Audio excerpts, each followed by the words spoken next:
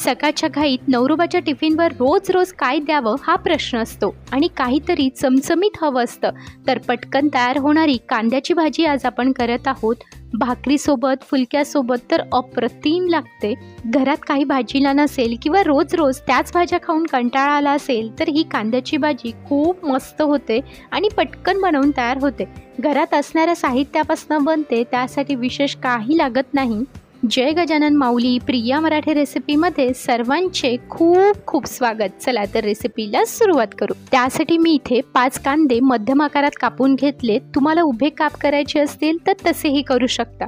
आता सर्वात आधी 3 चमचे शेंगदाणे मंद गॅसवर छान खरपूस भाजून घ्यायचे. मंद गॅसवर भाजल्याने छान आतपर्यंत भाजली जातात. तर हे बघा, शेंगदाणे मी खरपूस भाजून घेतलेत. आता हे थंड झाल्यानंतर जाडसर वाटून घ्यायचे. आता कढईमध्ये घेऊ 2 चमचे तेल. कांद्याची भाजी आहे तर तेल थोडं जास्त लागतं. तेल गरम झालं की त्यामध्ये घालू अर्धा चमचा जिरं छान फुलू द्यायचं. त्यानंतर हिरव्या मिरचीचे काप हे तेलावर परतवून घेऊया. मिरची अशी तेलावर परतवून घेतली की त्याचा कच्चेपणा निघून जातो. मिरची तेलावर परतवून झाली की आता यामध्ये घालू बारीक कापलेला कांदा तुम्हाला आत्ता जरी हा जास्त वाटत असेल तरी तो नरम झाल्यानंतर कमी होतो. कांद्यामध्ये एकदा चमचा फिरवून घेऊ, कारण खाली जिरं आणि मिरची आहे ती करपू शकते. आता आपल्याला लागेल एक बारीक कापलेला टोमॅटोमुळे भाजीला छान चव येते. आणि टोमॅटो नसेल घालायचं तर या ठिकाणी तुम्ही 1 चमचा चिंचेचा गर घातला तरी भाजी चवीला अप्रतिम होईल.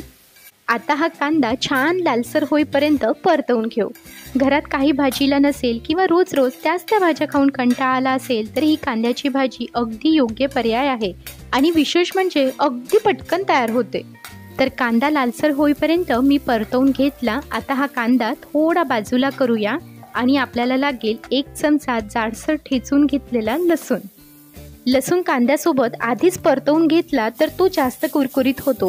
त्यासाठी असा कांदा झाल्यानंतर परतवून घ्यायचा. लसूण तेलावर परतवून झाला की आता कांद्यामध्ये मिक्स करायचा. त्यानंतर आपल्याला लागेल 1 चमचा लाल तिखट, अर्धा चमचा हळद, अर्धा चमचा कांदा लसूण मसाला आणि अर्धा चमचा मीठ आणि जाडसर वाटून घेतलेलं शेंगदाण्याचं कूट. आता हे सर्व मिक्स करू. आता आपले सुके मसाले जळू नये त्यासाठी गॅस बंद करायचा आणि सर्व मसाले मिक्स करायचे. आता हे सर्व 1 मिनिट परतवून घ्यायचं. कढई गरम असल्यामुळे मसाले पण छान परतली जातात, जळत नाहीत आणि शेंगदाण्याचं कूट पण आणखी भाजलं जातं. सर्व मसाले मिक्स करून झाले की आता त्यावर घालू बारीक चिरलेली कोथिंबीर.